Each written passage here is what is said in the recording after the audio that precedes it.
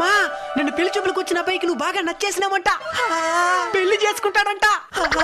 ఏమండి ఏమండి మన అమ్మాయికి మెడికల్ షాపులు ఏం పనండి?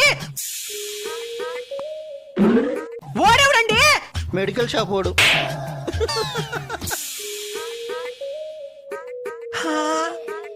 ఇది ఎందుకు నవ్వుతున్నదండి? లెటర్ ఇచ్చిన దానికి. ఈ ఇంటికి రాని దాన్ని కట్ చేస్తాను. ఎవడే వాడు?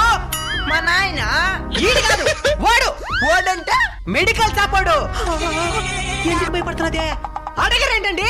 అడగమంటావా? అడుగు. టిఫిన్ రెడీ అయింది, తిందురామ్మా. ఎల్లరేకం వాళ్ళని చేసుకుని తప్పు చేసినాడు.